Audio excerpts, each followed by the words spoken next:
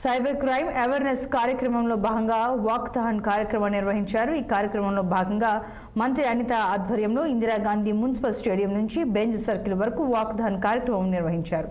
Cyber నేరాల పట్ల అప్రమత్తంగా ఉండాలి, దాని మీద అవగాహన కల్పించడం కోసమే ఈ ప్రోగ్రాం నిర్వహించినట్లు మంత్రి తెలిపారు। సైబర్ నేరాలను సమర్థవంతంగా ఎదుర్కోవడానికి, పూర్తిగా నియంత్రించడానికి సుమారు 200 మంది సైబర్ నిపుణుల కమాండర్లతో ప్రత్యేక బృందం సెంట్రల్ ఫోరెన్సిక్ యూనివర్సిటీతో కలిసి పనిచేస్తోందన్నారు। మనుషుల మధ్యలో అనుబంధాలు ఆప్యాయతలు పెరుగుతున్నాయో తగ్గుతున్నాయో మీ అందరికీ తెలుసు, కానీ కమ్యూనికేషన్ అన్నది ఎంత స్పీడ్గా ముందుకెళ్తుందో మనందరికీ తెలుసు।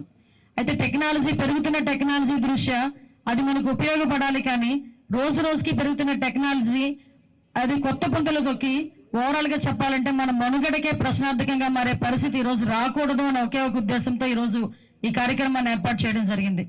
ఒకసారి హోమ్ మినిస్టర్గా బాధ్యతలు తీసుకున్న తర్వాత ఈ సైబర్ క్రైమ్ గురించి చూస్తూ ఉంటే సుమారుగా ఈ 4 నెలల్లో దగ్గర ₹1,1730 కోట్ల ఓన్లీ సైబర్ క్రైమ్ లోనే చేతులు మారిని పోయినాయి అనే సంగతి తెలిస్తే నిజంగా ఆశ్చర్యం అనిపించింది। 4 months గ్యాప్ లోనే మొత్తం ఇండియా లెవెల్లో అంటే ఒక అవేర్నెస్ ప్రోగ్రామ్స్ ఉన్నాయి, సైబర్ క్రైమ్ కోఆర్డినేషన్ సెంటర్స్ ఉన్నాయి, 1930 కాల్ సెంటర్ నెంబర్ ఉంది।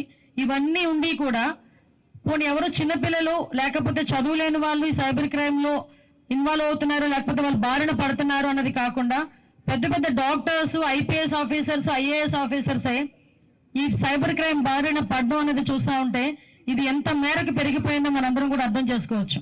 అంటే సుమారుగా 24% ఈ రోజు సైబర్ క్రైమ్ రేట్ పెరిగిందంటే మనందరం కూడా ఎంత అలర్ట్ గా ఉండాలో మనందరికీ తెలుసుకోవాలి। టెక్నాలజీ కాకినాడ జిల్లా